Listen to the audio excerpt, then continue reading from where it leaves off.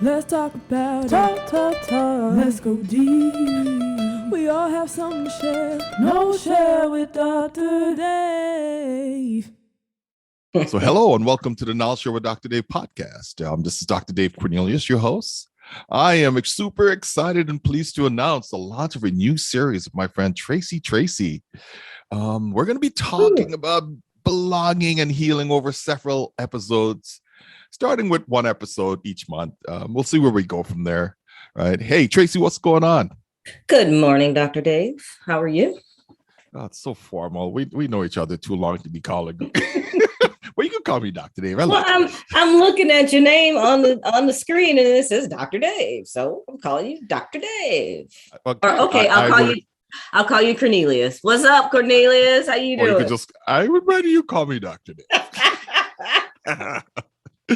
So, part of our conversation today, we have a few topics that we're going to go over. And since we're talking about belonging, and so the 4 topics would be sense your space for belonging.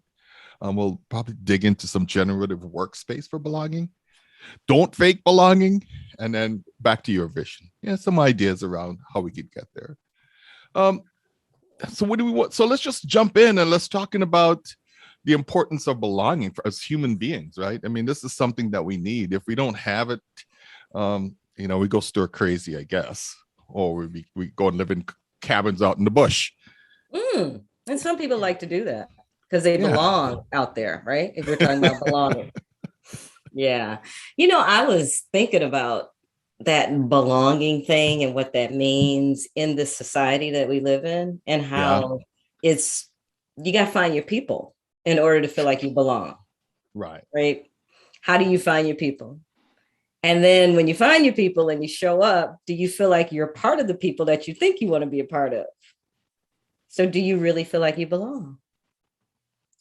Yeah, that is a very insightful view, right? Into those relationships, right, that you're trying to build with these individuals that you're part of. So oftentimes we're looking in to see like, hey, do they help us emotionally, right? Do they make us happy or spiritually, or even from a physical context, right? Are they helping us physically in terms of, us being a part of that space? How do we sense that, right? Trying to figure that out.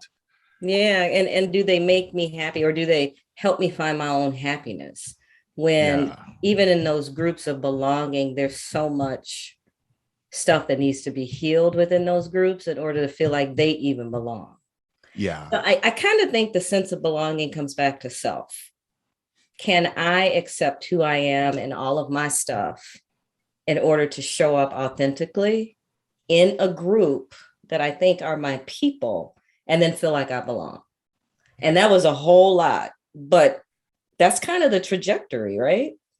Yeah, because I think of it as like, self-love, self-respect, self-healing, right?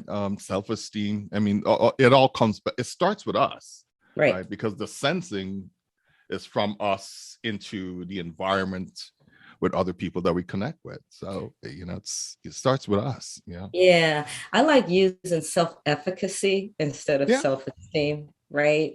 Sure. Because self-esteem feels to me more externally driven, because I feel good when people respond to me in a certain kind of way. And it can also be internal, but I think sometimes when we think self-esteem, it's how good do I feel about myself, and how good do I feel about myself when others are around? And sometimes we need the external environment to help us with that. When I think of self-efficacy, is like, how do I feel about how I show up in what I know about myself? Like, how efficient am I with Tracy, right? How do I know me? And I think it's a competency thing. How competent am I with myself? I think is it's kind of a different take on that self-esteem thing. Well, sure. Efficacy definitely applies, and how we feel about ourselves, it, at times is driven by external sources, people, other people. But I think, when I think of happiness versus joy, right?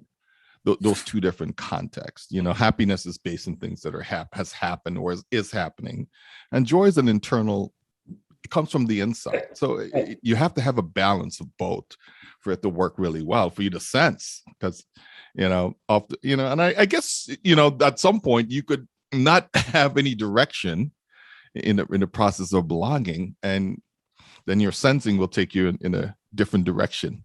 What do you mean? Well, give me more of that. Well, you have lots of people who may not have a sense of who they are. I mean, the majority of people. Well, I can't say majority. I just say I'm going to say majority. Okay, you say majority. I'm going to say majority. From the folks that I've worked with, Yeah. majority of people are like, who am I? Right? Yeah. Right. And I think even more so now, people are digging into that. Who am I? Mm-hmm. Right. But, if we go beyond just the self, and sometimes I want to dig in to look at the past, right? And I think about, Dr. Martin Luther King and his I Have a Dream speech.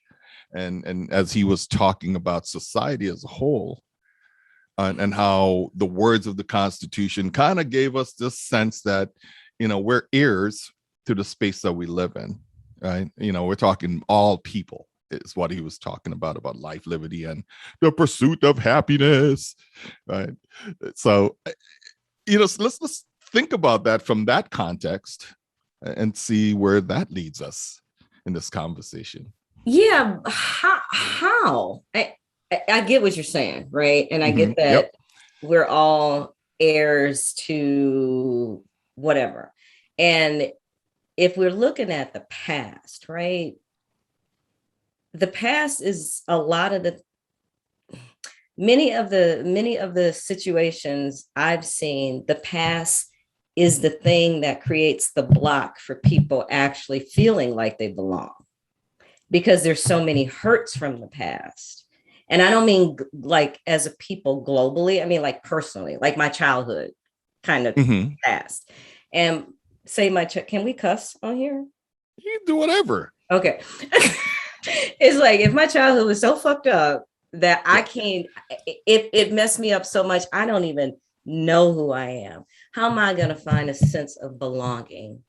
So I'm just kind of out here looking and searching in all these different places that may not be good for me. And I don't know if I'm going to ever belong. That's loneliness, right? That goes a whole nother layer.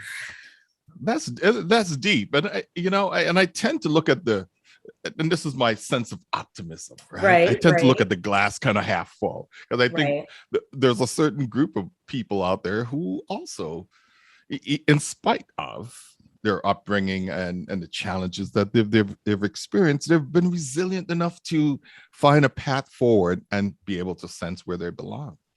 And it takes time. It's not something that's going to be overnight, right? That's a lot of work. But what I was referring to was, the Declaration of Independence and falling heir to those wonderful words that we could embrace as part of who we are, that we have the rights to those things. Those things are important for us. Yeah. Even beyond just that document, how do we bring it into our life, that, the right for life, liberty, and the pursuit of happiness, or pursuit of joy. I think that's what we're talking about, right? Yeah. If we all have a right to that, how do we find that? How do we seek that out? I'm not saying the glass is not half full, because it can still be half full and you can still do the work, like the searching and the seeking, and learn about the past and discover who you are from that, and still feel joy. Those things can coexist together. Right. So it's about the glass being half full and discovering what's in the other half of the glass. I completely agree and align on that. That that is a thing. That is a reality, right? That's going to happen, that we're going to, be half full, and we still have to discover. I don't think we ever get to a point where, well, at least let me just speak for me personally. Yes. I'm always in discovery mode. And I'm seeking and acknowledging and trying to get better as a human being every day. That's my journey. But that's just for me. I don't know. For some, that's not a thing. I've reached where I've reached, and that's good enough. Leave me alone. And that, that's why the world is so, so fun, because there's so many different kinds of people, right? Yeah. It's just in so many walks of life, which takes us back to, you can find your place with some people, right? You can find your group, your fraternity, your bros, your sisters, your people. You can find them. Yeah. As you discover who you are. Those things can happen together. They can coexist together. You don't have to discover who you are in order to feel like you belong. And you don't have to belong in order to discover who you are. Those things can work together. I agree. They're like your left and right hand working together, right? Yeah. So, I mean, as we stay in the historical context, and you talk about your upbringing, right, and the impact of that. So I'm going to go to W.E. Du Bois and talk about his double consciousness that people of color sometimes have to experience, right? Of where we're in a code switch kind of mode, right? So, there's when I'm with my people from the Virgin Islands, when I'm with African Americans from the United States, and when I'm with other people in my corporate setting or even in the community that I live in, there's some double consciousness happening there and some code switching at times, right? Yeah, and I think when W.E.B. Du Bois said what he said, or Du Bois, what he said, it was necessary for survival for people to code switch, right? Because I think you said that was in 1903. Yep. And that was necessary. Even though we're 120 years later, people still feel they need to code switch. And I guess I want to redefine this code switching thing, because I don't know if it serves us the way I don't know if it's necessary for us as a means of survival as it was in 1903, right? Because we could die in 1903. Well, we could die today too. Yeah. Depends on where you are, man. Where do you live? Exactly. Right. Exactly. However, in corporate America, when I think about code switching, and then you going back to a Black community and speaking differently, the speaking is not necessarily the code switching. That is just a vernacular. That is a colloquialism we move through when we talk to different people. My concern is when we code switch is if we really change parts of ourselves. That can get dangerous, and that leads to less belonging in a community than anything, even when you are with your people, because you got to recalibrate when you get with your people, right? That's a lot. That's a heavy lift mentally, and that is exhausting for people. And I know many people still do that today, and they have to. They feel for survival. I want to start pushing back at that. I want people to experiment to see how they show up in their authentic self when they're in spaces of people who are not their folk, and to see what that feels like and begin to kind of wear that and play with that. Well, yeah, because, when we talk about our space of belonging, we want freedom from that double consciousness and that code switching. Right. I mean, that's the end state. That's that end in mind that we want to get to, right? Where we don't have to do that. We don't have to do it in those other spaces either. Not only in and that's what I'm pushing back at. Yeah. I want us to experiment with it when we're in those other spaces too, to just really be authentically you, and use it and just show up as you and see what that feels like and how that's received, especially as the world is changing. Yeah. So I'll give you an example. Like when I went to college as a freshman, right? And I'm thinking about this code switching, and this just came to mind. Which was 80 years ago, but okay, go ahead. Well, fine. Go ahead and dog me and throw me out. Just throw me under the bus of 80 years ago. But here's the reality, though. I think you were right there with me, weren't you? Whatever. Keep going. Keep moving. I'm not talking about code switching. You are. Go ahead. But I'm just giving you an example. Is that growing up in the West Indies, we have a tendencies to speak differently. Right. Well, not a tendency. We do speak differently, and so I was in an English class, and I was lectured to start working on my THs, right? Because dear dear and dear means there, there, and Uh-huh. dear, right? Right. And so I'm talking about three different things, but where I come from is dear, dear, and dear, Right. right? So, that was that level of coming into a society that they didn't understand my language. Right. And I've had to learn how to code switch and be mindful when I'm speaking of things, because sometimes I would say things like plug it in and plug it out instead of unplug it and plug it. And so what do you mean by plug it in? What do or plug it out? But that's the thing that I grew up with. We say things sometimes differently. And I totally get that, because I actually grew up in a household that said plug it in and plug it out. oh, okay. So I think Right. it's a Black people thing. Maybe. Maybe. Right. Maybe. Right. I don't know. Yeah. I don't know. And I get that. And that, I guess that's part of it. Not throwing you under the bus, but that was Mhm. 40 years ago where you were an undergrad, right? I don't think it was that long, but it was close enough. Okay, whatever. When you started enough. undergrad, close When I enough, started right? undergrad, it was close enough. Right. And I guess that's part of the point. Yeah. For somebody who has some cultural humility. I was a professor, right? Yeah. Professor for 20 some years. And I've had students from other countries speak in their country colloquialism. I had to get used to it. I didn't want them to change how they showed up. I had to understand how they showed up.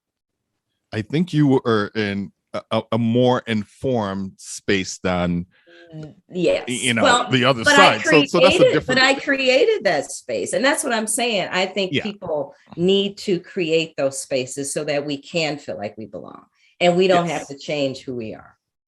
And I totally agree. I totally agree. And just things that we have to, not just when I say we, I'm talking about those of us who are either in a position in those position of powers, as a professor, absolutely, as a business leader, that we have to create as a those safe spaces. as all of those people, right? Absolutely. But also, there's going to be some transition that you have to make in order for communication to be effective. And so, my friend from he's from New York, he goes, yeah, Mary, Mary, Mary. I'm like, what? Yeah, it's just a East Coast thing, right? That he talks about that in terms of Mary, and Mary. And Mary. Right. Yeah. And he said, Mary, Mary, Mary. That's what he said. That's just the way we talk, So I got it. Yeah. And when he said that, and maybe he was a white male, right? Right. And that white male was saying, I'm not changing how I say Mary, Mary, or Mary. You got to figure out what I'm saying, right? Yeah. And they're expecting us to change things so they can understand us. And I say they when I'm talking people of power who may be white. Yes. Right. And that to me is a double standard, because this white dude is going to say, you're going to have to accept how I say what I say, yet I'm not going to accept how you say what you say, because you got to say it so I can understand it. I kind of think that's bullcocky. Well, yes, it's totally poppycock. It is. Right? And that's why I push back on code switching, because I think it's bullshit. Yeah. That's just me. And it's okay, because you were just you. Miss Trey, because it's just you. Yeah.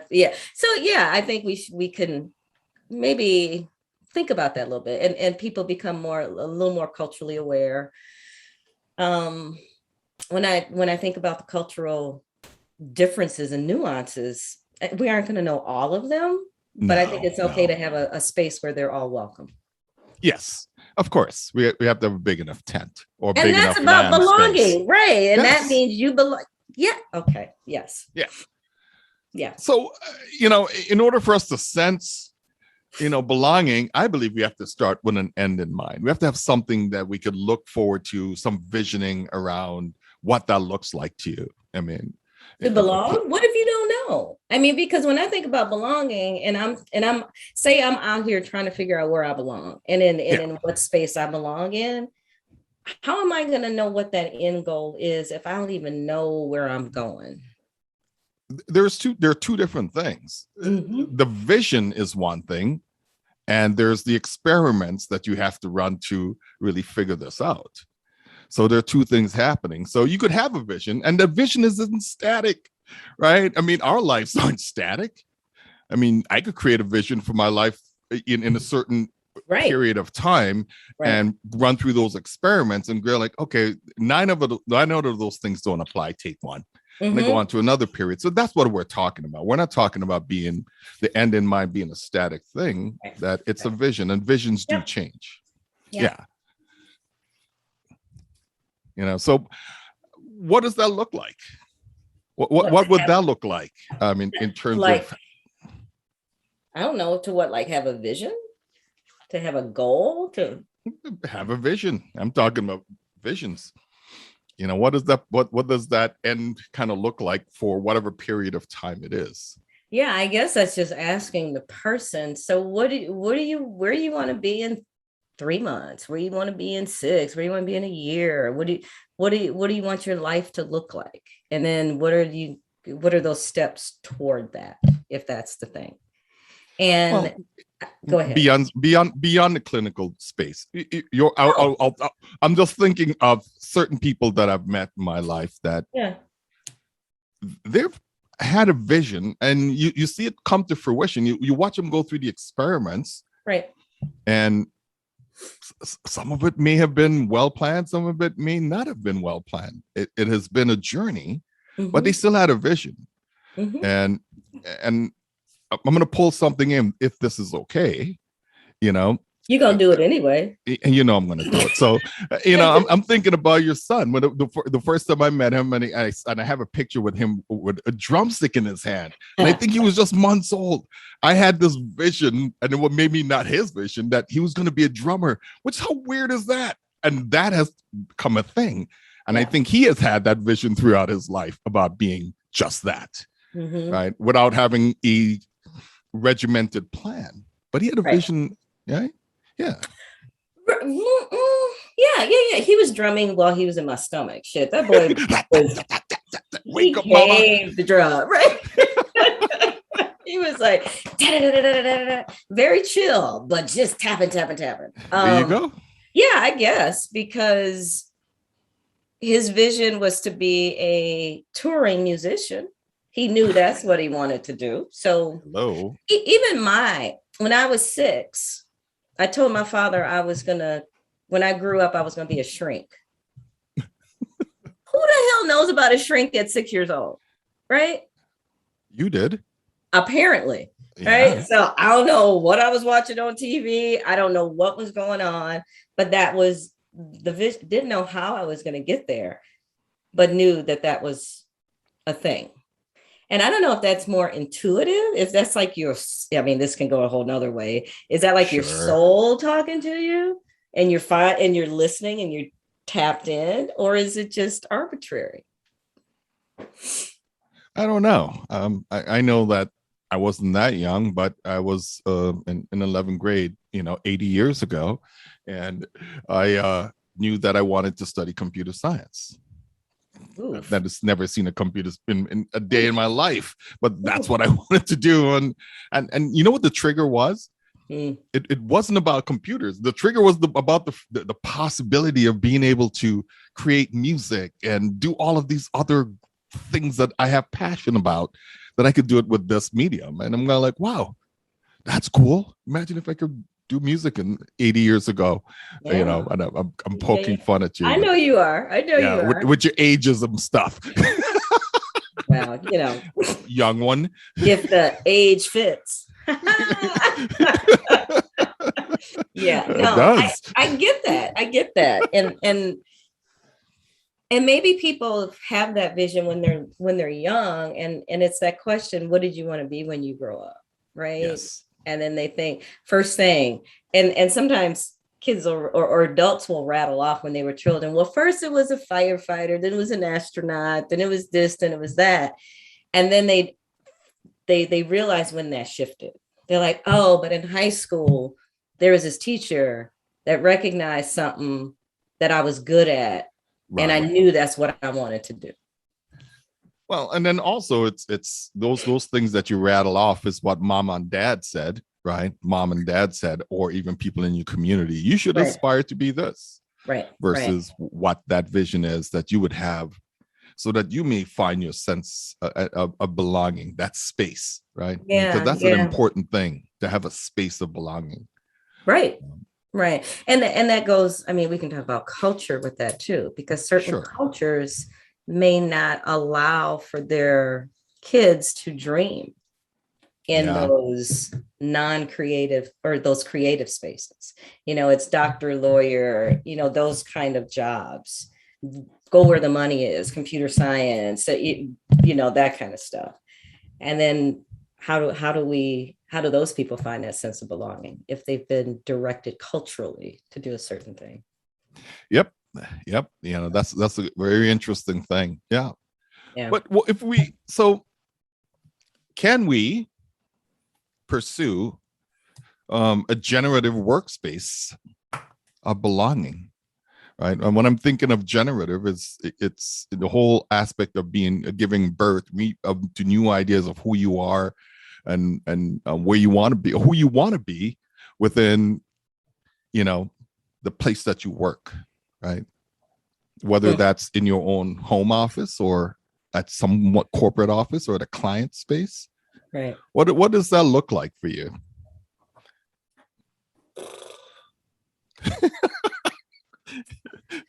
I know it's a big, chunky conversation that we could have. Yeah, it's chunky because, I mean, full disclosure, I've never worked for anybody. I've worked in I know, right? I was a professor, so I worked in the university system, right? But you don't really work. You work for university, but there's nobody looking at my curriculum or lesson plans or whether, I mean, I submitted, it's okayed, and then I teach my class, right? And I've always been in private practice as a clinician, and I've had my own facilities and clinics where I could help people, so I can talk in that context. When people are like, hey, Tracy, I want to start this new program. I think we could do this or that and the other. If we're talking about the work environment supporting that generative growth or belonging, that's about saying, okay, give me a plan. How you going to do it? How you going to execute it? What is it going to cost us? All of the things that I would need in order to say, let's do it now or let's table it. But I think there should be an environment created so that can happen. Right? And I would agree. And maybe it doesn't need to be that overly structured, that it's a space that we could experiment. Right. And we call limited experiments where, yes, let's try that and see how that works. And if it does, and it adds value to everyone, then maybe that's the thing that we adopt and we start practicing. Yeah. How do you do that if you're a person that has never done that for themselves? And how do you, like, if you're an employer, how do you set a space for your employees to be able to do that? Well, a fun way of doing that is, you could use simple things of gamification, right? I mean, we use this concept of open space, where anyone could bring an idea and we could explore that idea, and then we could agree if that's something that we want to do as a collective, right? So you may have the idea that, hey, I could wear my hair any way I want to without you having to judge me based on, the hairstyle that I have. Can we explore that? And can we have conversations around that? And these are simple techniques that it wasn't born in corporate America, just to let you know. The whole open space technology stuff came from West Africa. Okay. Yep. Where people in the tribe would come together and they would bring their challenges to the circle of individuals, and they'll have conversations about it. Then they'll say, well, what do we all think? Right. Okay. Yeah. Okay. Let's go do that. And you may have to come back again and say, we tried it, but it didn't really work. Yeah. They're still taking on my goat milk. And I'm just being facetious about that. No, I know. But that's all community supported, right? That sounds like grassroots. That sounds like community organization. I guess my question, and this and I don't, it's not like we're gonna answer it, but this is a question that I have. Yeah. How is that space created if there is a leader that does not encourage that thinking? That's the thing. So I guess that leader, if they trust the people around them to carry things out and they don't do it, but I just think of certain leaders we've had that have a very certain way of thinking, right? Yeah. And Yeah. there is no room for expansion. There is no room for that creativity.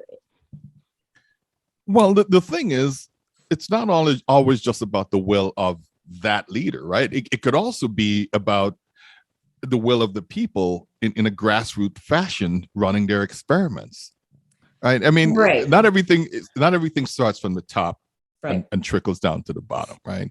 We have things that starts in a grassroots level. Many things in our country or in the world started at a grassroots level where people found a need.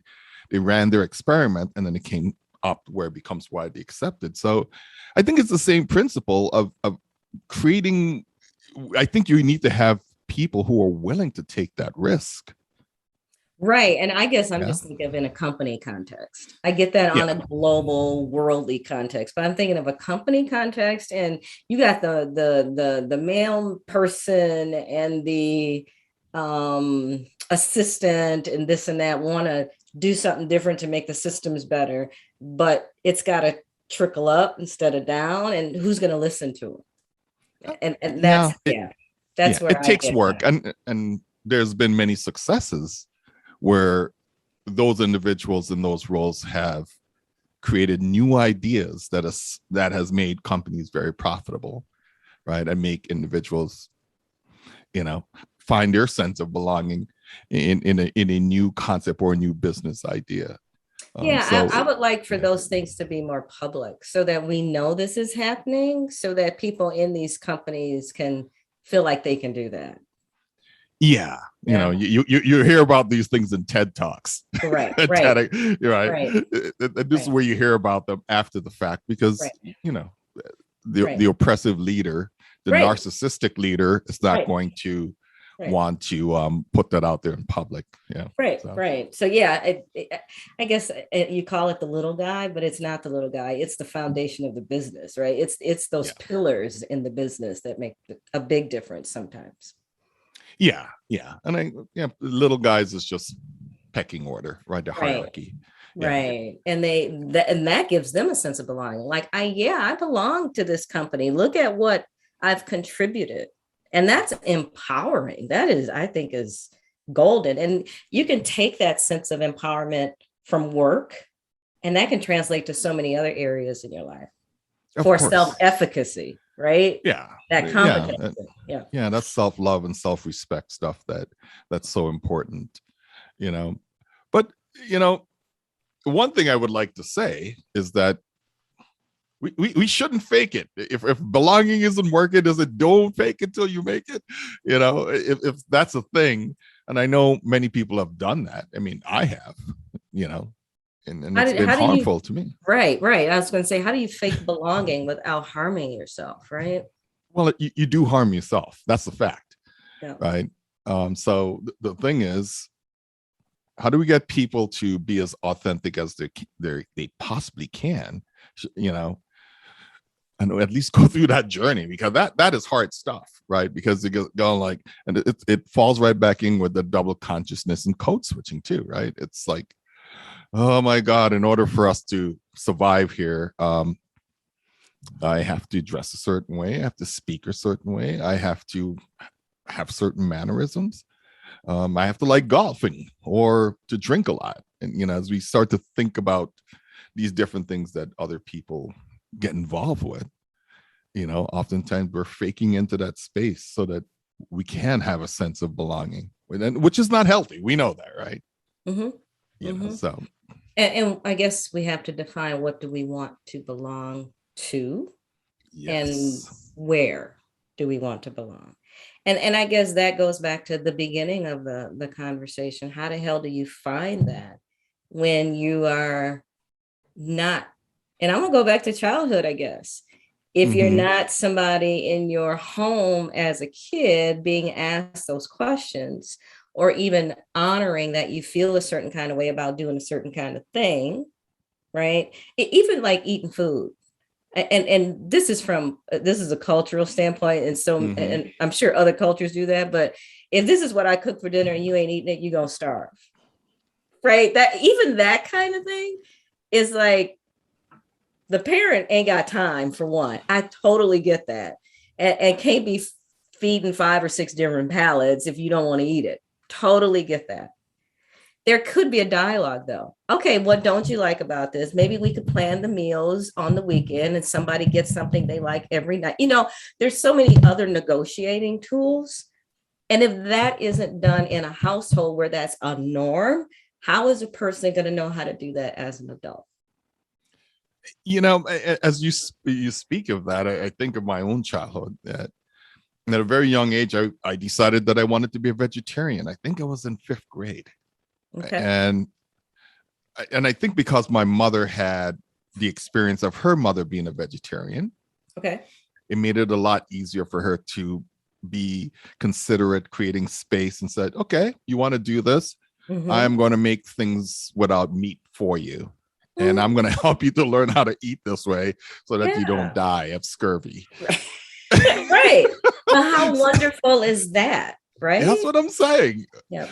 That was an amazing experience. So I didn't have to fake belonging because I looked at other kids that I grew up with, Yep. and I could just remember these girls and their mom, and you know their mother slaughtered a pig, or their family slaughtered a pig, and they had the pig head there. Mm-hmm. And her mother is like, "You got to eat that ear. You eat before you eat the feet." And she said, "Mommy, the eyes are looking at me." And I felt so bad every time that is like Oh, imprinted in my mind. And I yeah. was really, really young when that Yeah. happened. Yep. But that is, Yeah, you that's a know, great example. That's a yeah, great example of that. And food I was using because many of us can relate to that. But when we yeah, talk about feelings and emotions or even having a voice, I yeah. mean, think about how our generation, children are to be seen and not heard, right? And as soon as a child speaks, it's like, don't talk back, don't give Yep. me lip. And all that kid is doing is voicing what they feel. Yeah. So they get the message that that's not good. So how do I even get that sense of that framework you're talking about, of that authenticity? How can I show up authentic when I have shown up authentic, it has gotten me in trouble. So I'm going to really learn how to be a chameleon. And Yeah. that's the code switching part, right? I'm going to learn how to be able to fit in any kind of group, or I'm going to learn how to get in the background where nobody really sees me. I'm going to be smaller than I usually, than I want to be, so that I'm not drawing attention to myself. That, like, I don't know, it just gives that sense of not belonging more weight, Yeah, it's right? the work. I mean, there's a serious amount of work that takes place um, to actually find that place of belonging. And yes, and it could start from our childhood, right? Yeah. Of where we've been given permission to behave in certain ways, and it's not yakety yak, don't talk back, here's a smack, right? Right. Which is some people's experiences, Right. and others where we have the opportunity to go in, "Hey mom, I want to be vegetarian, is that okay?" Grandma, and great manipulation, right? Grandma has been a vegetarian for a long time, and Right. I want to follow in her footsteps. So at least I had cover. I had grandma, Mm-hmm. and Mm-hmm. so there's just a lot of work when it comes into trying to be your authentic self in a space where you could belong, right? Yeah, when I think of authentic self, so I've been trained in so many different areas, and trauma comes to mind with authentic self, right? Trauma, Mm-hmm. shame, those kind of things. And what I understand about authentic self, there's this theory, or there are these many theories. One particular is called parts, that we all have parts to ourselves. Yes. And those parts are developed in order to survive situations. I think when we have to, the more parts we build within, the more the authentic self gets covered up. And those parts may need to be, that's where the work comes in. Those parts are there for safety. They're there for a reason, but sometimes they are so active that they cover up who I really am. And that's true, because what is developed out of that is what we call limiting beliefs, right? Right. And so those limiting beliefs are those things that I can't do that. I'm not good enough. I have to be this way, otherwise I won't fit. Right. And those are all limiting beliefs. And those are the things that are attached to the parts and areas that we create in our lives in order for us to survive in these spaces. And sometimes that's just one part. Yeah. That one part can be so loud that I can't do that.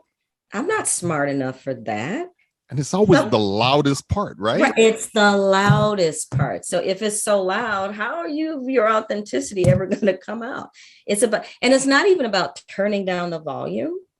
It's about talking to that part. Because when that part pops up, I bet the person is really scared in those situations, right?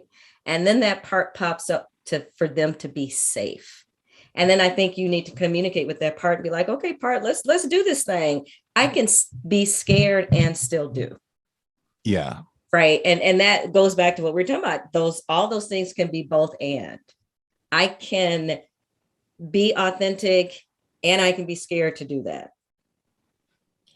Well, I and as I'm drawing on my experience as you're talking about that, I went to work for a very large organization. Back then, there were like the top 6 accounting auditing company in the world, and got to work for one of those companies, and I just remember going out to lunch with one of the partners. This is one of the things that the experience that you had, right? Of faking where you belong. And all of the servers were Black people wearing white gloves. I had never seen anything like that before in my life, on TV, yes. Right. But that was just such a weird, I felt so weird being there and felt like, God, I'm like so out of space. I wanted to run out of that space, but I couldn't run. Because this was an important aspect of this career journey I was on, right, in corporate America. Okay. And I don't know, man. They think about that job of how much I had to fake to belong. Yeah. Right. Every day, the way we dressed, the way we spoke, and one voice, one look, there was these regimented things in that period of time that. And it wasn't just me, coming from a different culture.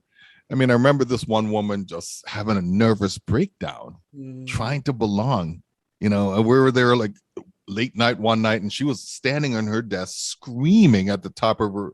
She was having a nervous breakdown. We had to call 911. So, I mean, just imagine, her as a white woman, I'm a Black man. It's just dealing with, oh God, how do we fit into this space that was created by this patriarchal model, right? Where we have to fake to belong. So, and this is just such an aside, but when you said nervous breakdown, I know that's a common colloquialism for our society to express when someone can't handle anything anymore. Yep. I don't call those a nervous breakdown. I call those breakthroughs. Because that's a very positive way. Yeah. She could not take any more. So she was like, if I take any more, I'm going to fucking explode. And she did. Well, she did. She just had to let it out. Yep. She had to let it out.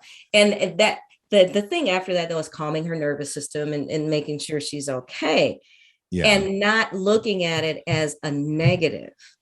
But if I pray to God, if for those of us who believe in God, right? The universe, spirit. I pray to spirit that somebody afterwards said to that woman, thank you for doing that. Now let's see what you want to do. Not in that era. I know. No. I know. She didn't last very long, just to let you know. I remember her coming back to work and seeing that she was in a totally different space. She was medicated. That's why.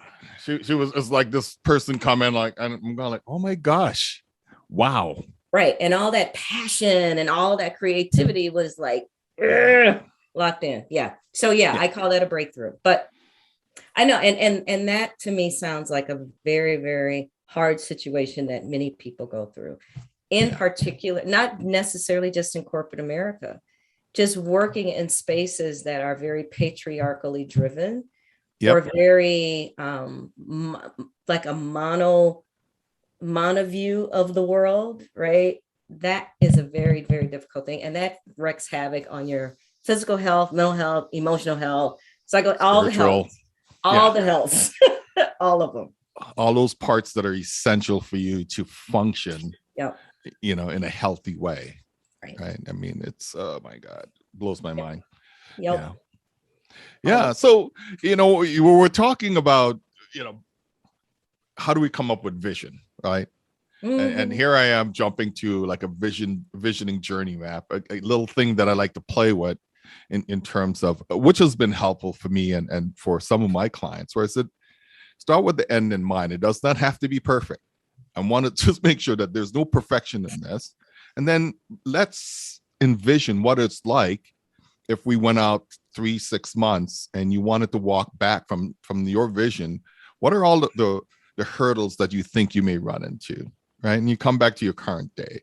And then you go forward and said, well, what are all the things? What are all the goals? What are all the things that I want to dream about until I get to that vision? And you start collecting and writing those down. I mean, so this is a simple tool that I have used to work with different people. And then there's a bunch of questions that I want to ask around while we're going through that journey. It's almost like a journey mapping, right? We want to go through and figure out, what does this look like? Because there's no perfection in this. Right. We know that we're going to fail. We know we're going to have some successes, and we're going to have breakthroughs and discovery in the process. So, that's a whole thing about when I think about creating visions, that they're not static. They're not monuments, that we're on the mall in Washington looking at. Right. Right. What are your thoughts around, those type of, tool like this that would help people just see things, right? To me, it's like, it's amazing sometimes when I could get up and put a sticky on a wall, like, hey, here's a sticky with something that's really important on it, or a picture. And that also sometimes gives people insights. Oh, wow, that's possible. Yeah.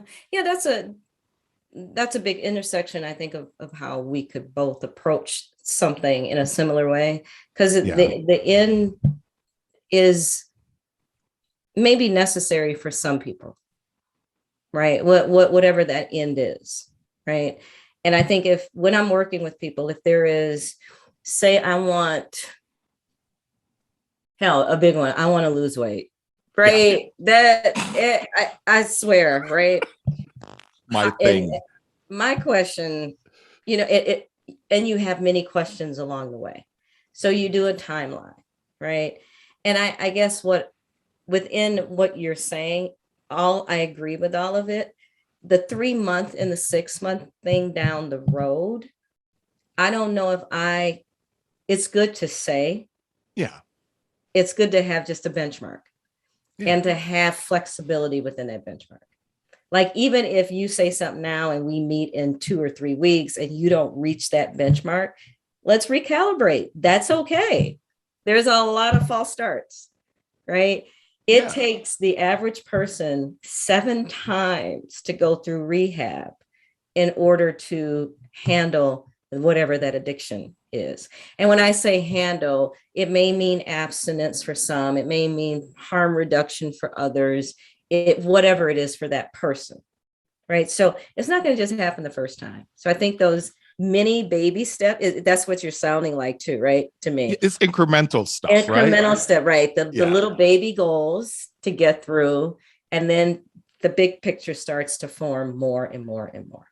That's true. And as you're going through there, what we're looking at is, what type of questions could we ask, right? Because it's not just I'm going to look at hurdles. So, we could say, well, when facing these hurdles, who do I need to be in this at that moment, right? And whether it's losing weight or a career or building a relationship, who do I need to be, right? And that's also the sense of belonging, or um, maybe it's my perspective on the world. How does that limit me, right, in this process? So it's as we're going through the journey, there's a series of questions that we want to just prompt ourselves in the process so we could learn more.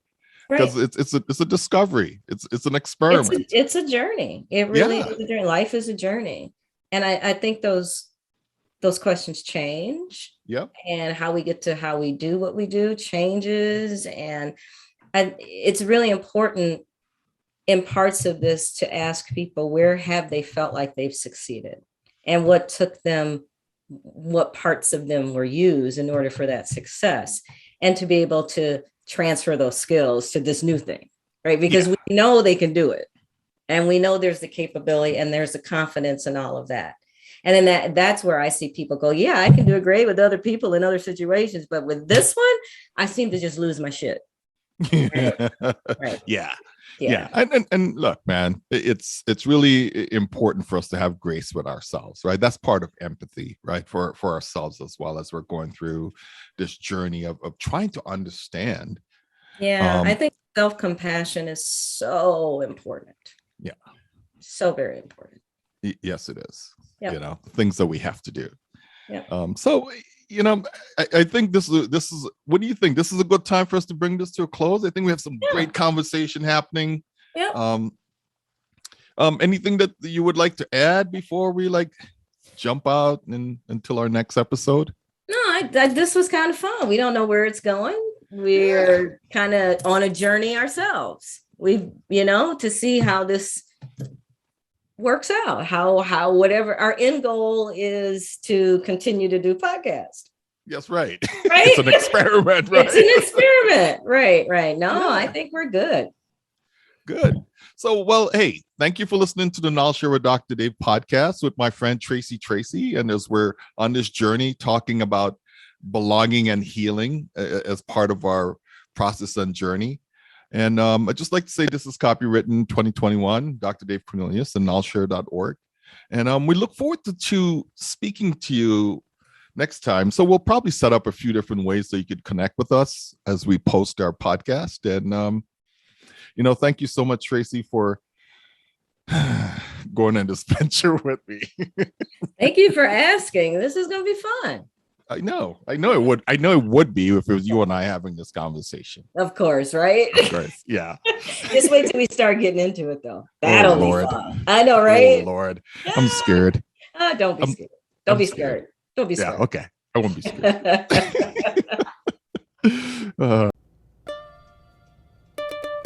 Let's talk about talk. Let's go deep.